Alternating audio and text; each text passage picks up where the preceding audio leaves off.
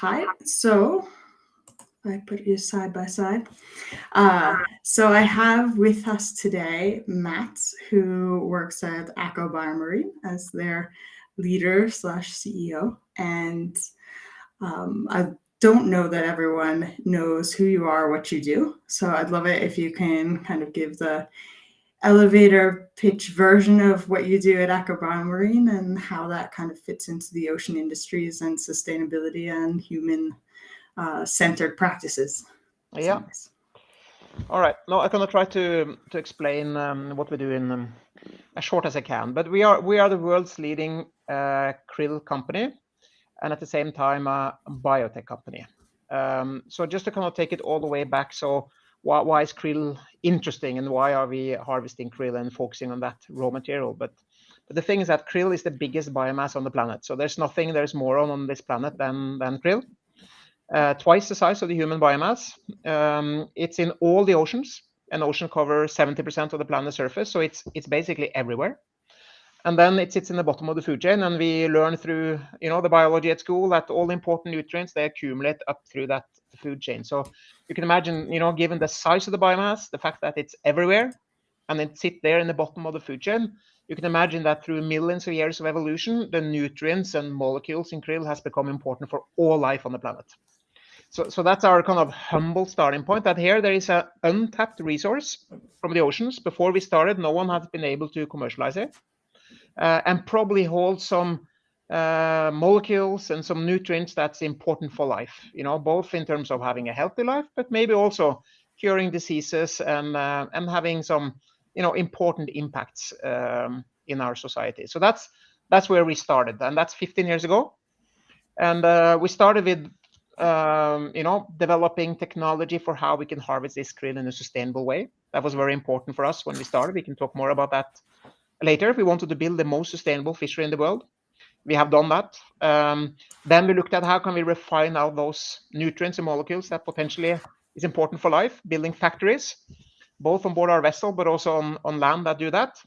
And then we started studying the effects this molecule has on life, and then started to commercialize what we have seen. And 15 years into it, we have about $300 million in revenue coming out of that. So that's a short elevator pitch. I mean, well, that's 30 stories, Yeah. It happens to try to explain things really fast. I do it quite often. People ask me what I do, and I'm like, well, which hat do you want? There's plenty to be had. So what really got it into krill, or I guess you're doing a lot in the Antarctic, also Antarctic krill. Why there and not somewhere else if the biomass is everywhere? Yeah, so it's only in Antarctica actually, and they come together in these huge schools and concentrations. And they can be really, really big. They actually can be so big that you can see them from the moon. So they can be kilometers in width and depth, where they're just packed with krill. So it is a very efficient area to harvest in terms of how much fuel you need to use, how much time you need to trawl to be actually able to catch the krill. So that's why we go all the way down to the southern oceans to catch it. But it is also krill here outside in the Oslo fjord and different places in the world too, but they don't come in that same concentration, and then you need to trawl a lot. So that's why we go there, which is a very vulnerable area, right? Mm-hmm. It's icebergs, it's whales, it's penguins, it's seals. So it's an area where you need to be very careful. I think the whales are there for the same reason. Yeah, exactly. So that's why we set us this kind of ambition, to build the most sustainable fishery in the world, and we have done many things over those years, trying to set the gold standard for all other fisheries too, in terms of what you should do when you operate a responsible fishery. I know that some of your products or byproducts are going to aquaculture, so fish farming in general, to improve the life of salmon and other things. So I was involved at one point in some exposed fisheries for salmon and looking at salmon feed and stuff.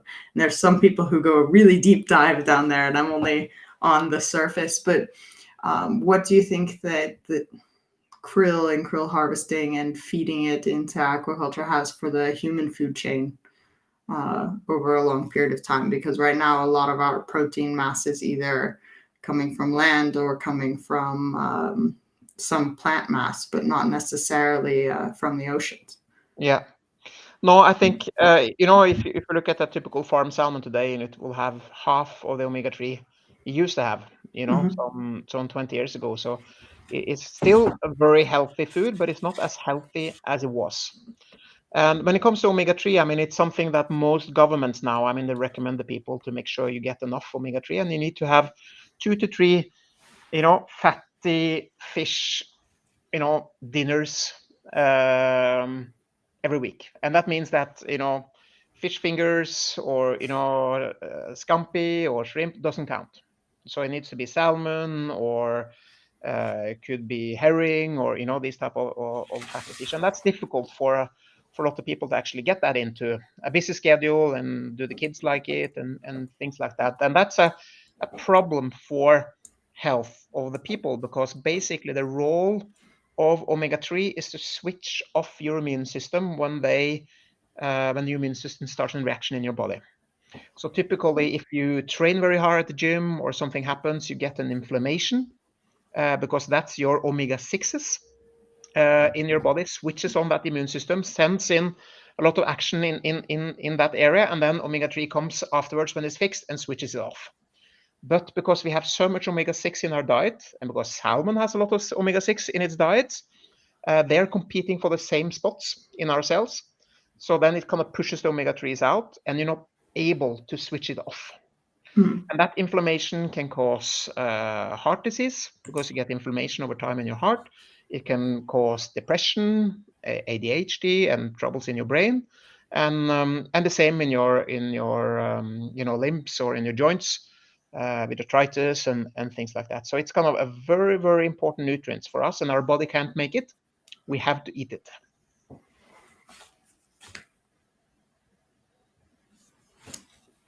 Trying to think of how to segue back to maritime from there, but I can't find it, so I'll just make the rough segue to say that we can't segue, and ask a little bit about the operation of the vessels and what fuel sources are they using, how are they, optimizing their journey, how is their footprint compared to other vessels, and those kind of questions. Yeah. So our vessels today are going on diesel, and it's the only technology currently available. And we don't use heavy fuels or kind of these type of dirty fuels that a lot of vessels are using. So we are using pure diesel. And because our fishing operation is so efficient, so in a good day, one fishing boat will take 1,200 tons of krill in one day.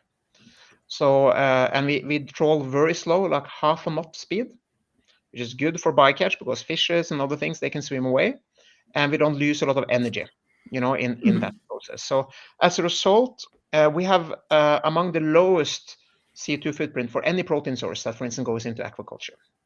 So it's about 2.5 kilo per ton protein produced. If you would like to put a number to it, salmon typically has 10. That's the footprint of producing a salmon, the protein in salmon. And we have done various things the last 10 years. We have actually halved it to, from 5 to 2.5, from 2010 to 2020. And then we set another goal to halve it again towards 2030.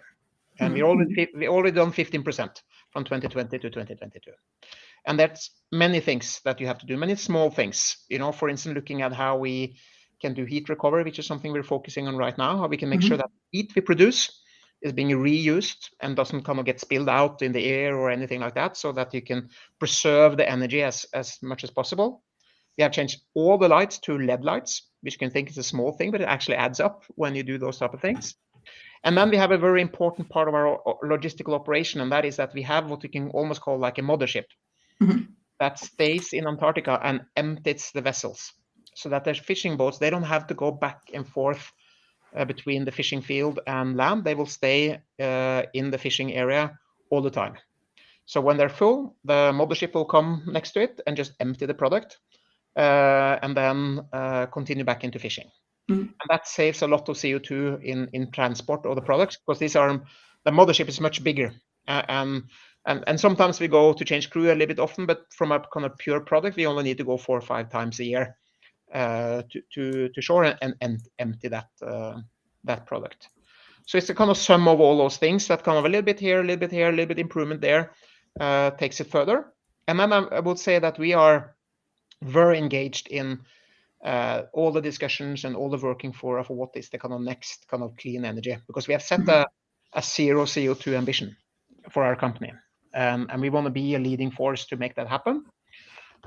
So we've been studying kind of the alternatives. I mean, batteries, it's too far away, so there's nowhere you can go. So deep sea, it's not feasible. Not enough. No, it's not feasible. So I think right now the most feasible technology is ammonia.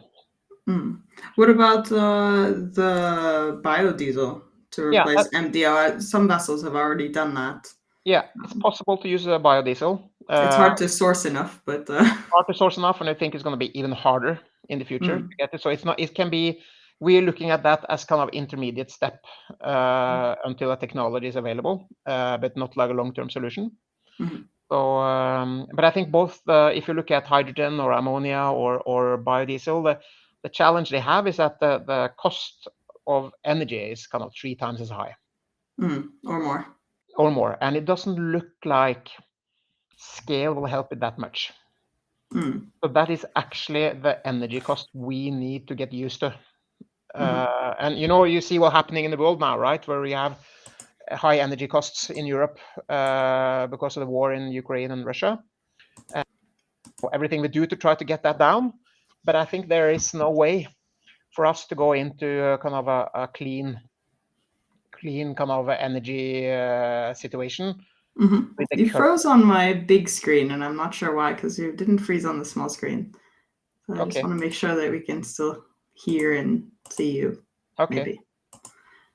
Maybe I'll turn your feed off for a second and turn it back on. No, you're still frozen there. I don't understand why. Well, I guess we'll just keep talking, and hopefully you'll unfreeze. Maybe if I change the things around, it'll fix itself. I can see it. So I see both you and myself on the screen. Okay, then it's fine. Yeah. So I think we just have to accept that energy prices will be higher, and I think also for us, our work with sustainability in our company the last 15 years has been all about kind of just investing and doing the right thing. But going forward, we're going to start focusing on how we can monetize that and see, for instance, because we have, like you said, we have the possibility to buy biofuels today at 3 times the cost, which means the production cost for our products will be maybe 40% more higher. And actually position that as a product so that those that would like to buy a zero CO2 product, they can do it. It's going to cost 40% more. Yeah. And I think it's the only way we are able to make this transition, that kind of slowly are accepting that some things going to be more expensive. But I think, in some markets that trade-off works, and in some markets it doesn't. I think, if you're selling like omega-3 pills, maybe it makes a difference that way versus if you're selling salmon feed, where you're going to be in a different kind of commodity market. Yeah, but maybe, or you just need to accept lower margins and profits. I mean, it's an industry with very, very high profits.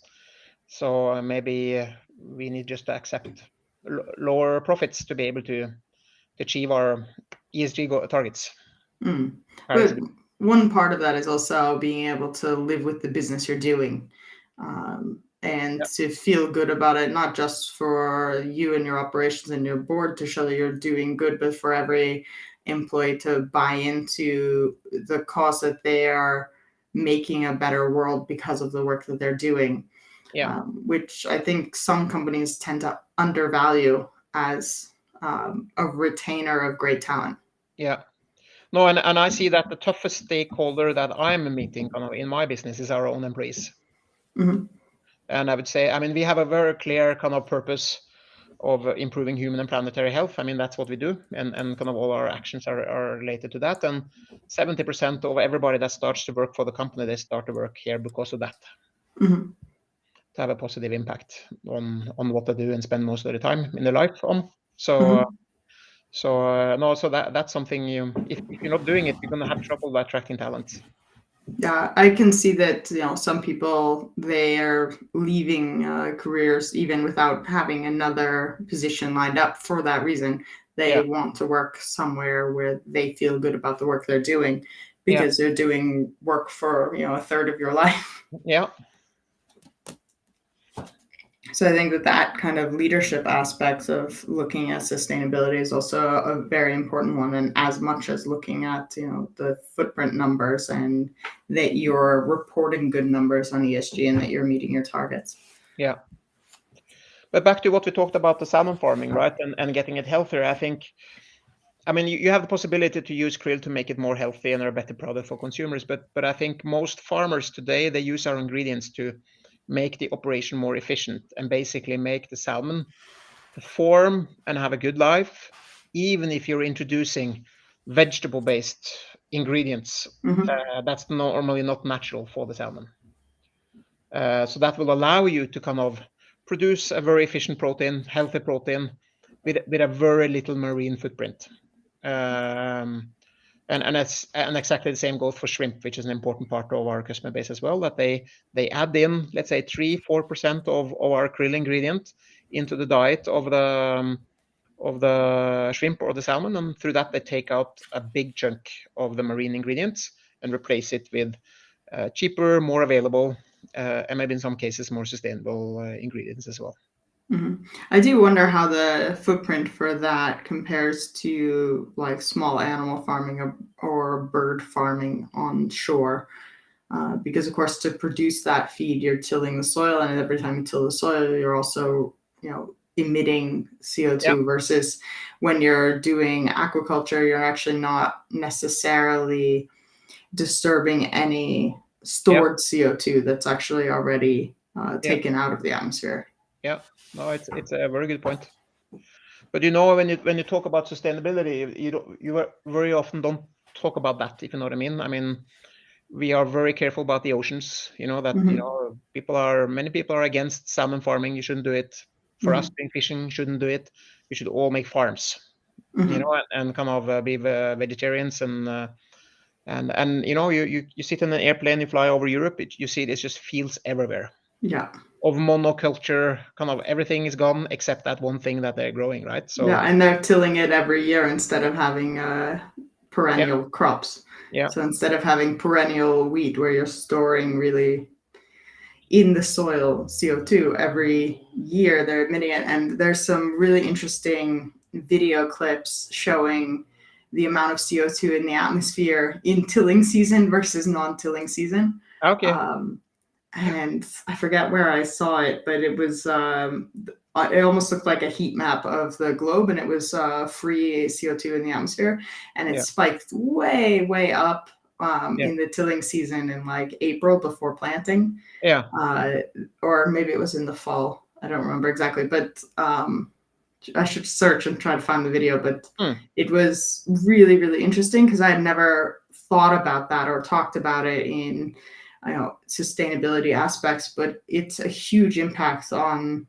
the environment and the air quality every year that we do without thinking about it. And then there's people against farming for kelp hmm, for protein, and you go, well, what's the trade-off here? Because it's clear that we can't do nothing. We can't do no farming.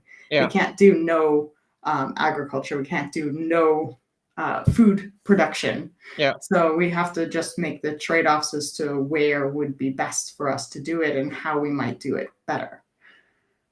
And I think that's what makes it quite difficult, right? Because there's so much perception, and another thing is data, that support that, and trying to find something that both consumers, especially, but also businesses can use as guidelines. Let's say when you're going to do your CO2 footprint in agriculture, I'm not sure if they're going to count this type of CO2 in the Yeah, official documents, right? So that doesn't count, when you're going to looking at what's the right decisions, to make. yeah. So it's an extremely difficult field. Yeah, it's really interesting also because, like, in the work that I do, we're also looking at the sustainability of the products and the products that we develop for the maritime market. And when I'm looking at the maritime market overall, it's very clear that there will always be a need for transportation. Yeah. Because you can't not transport things and people Mm. in order to have a functioning society, because Mm. unfortunately we don't have natural resources everywhere at the same amount, Mm. especially when it comes for minerals and other raw materials or even food.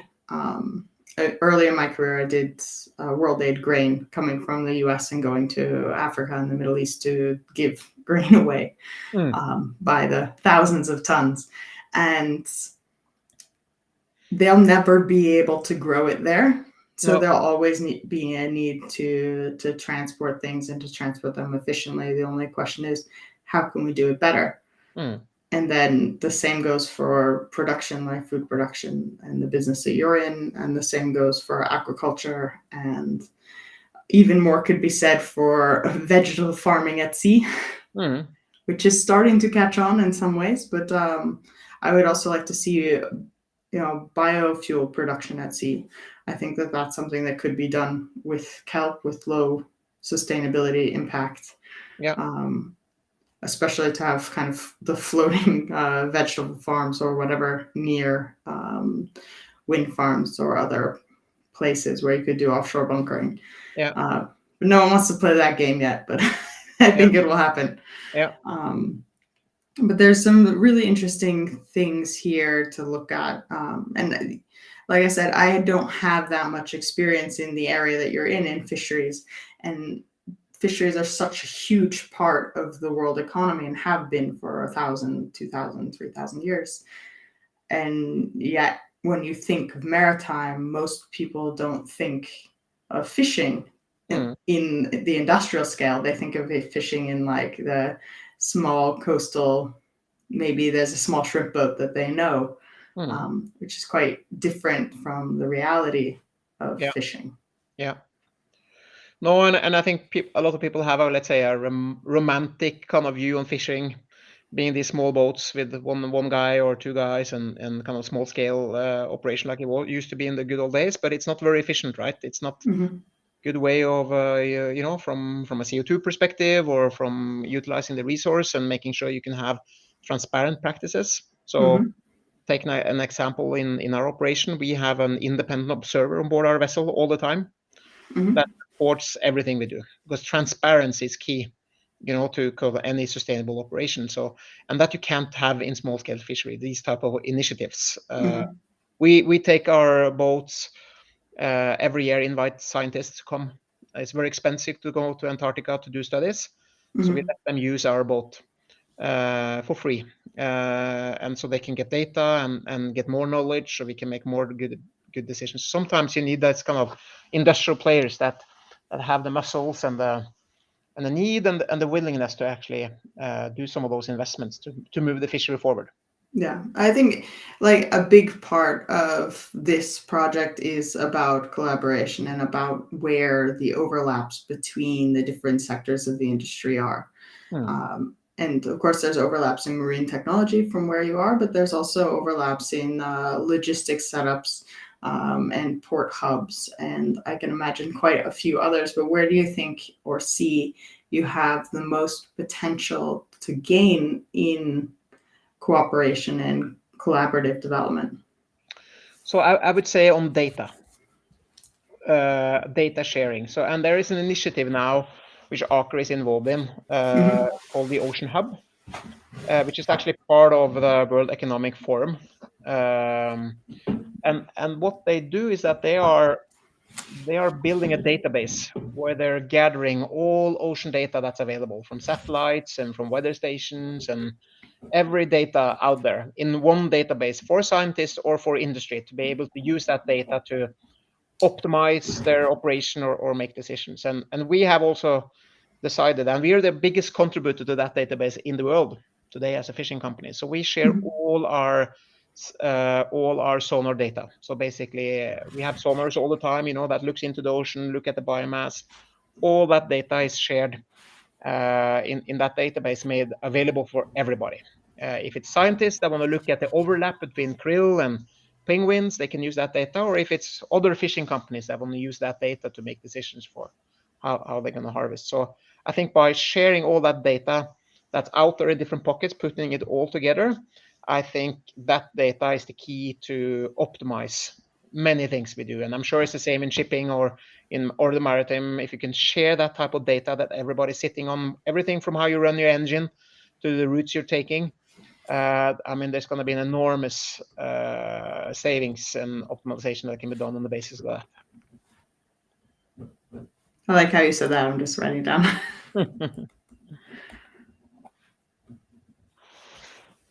But I think even for us, which is, I think, put sustainability very high, it's not easy to make that decision to say that now we're going to take the data which is ours, right, that we have gathered and our competitive advantage, so to speak, and make it available for everybody. Because then we would like to see, don't want to share my data until I see the other guys are sharing their data. But I think that's a really interesting point, because you see that not only with kind of the big data routing of vessels that could be possible, and everyone's getting AIS data instead because the companies don't want to share. But the AIS data is there.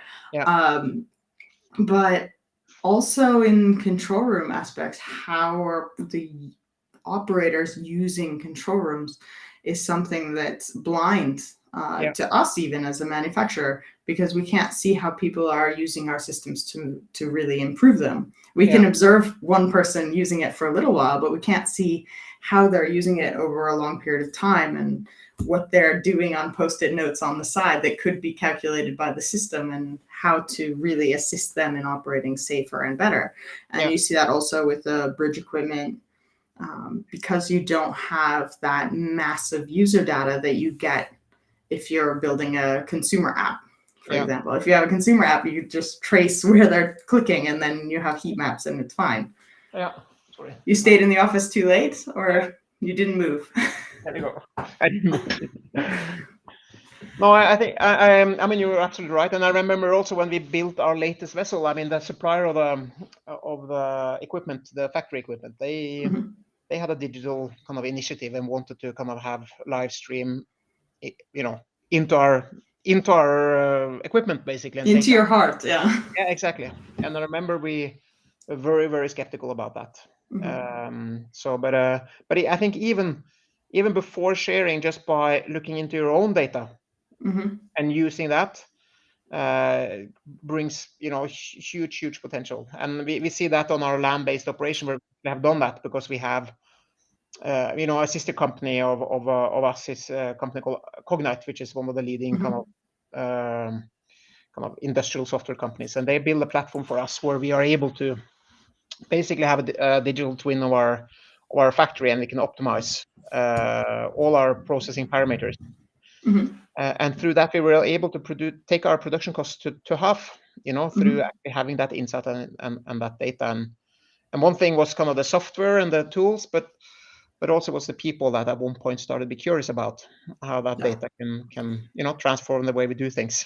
Once people know what their score is, they'll do better and better competition to improve it. But if you're not tracking it, then people won't work on improving it. There's another thing that's starting up soon, another research project that's going for funding, called Open Zero, which builds on the Open Bridge, which you might have heard about since you're in the Oslo maritime space, or Open Remote. But it's building on how to affect user behavior on the bridge control system, and how much actually they're using of the thruster, or how much they're to give tactical feedback to them to be able to make better decisions in the moment.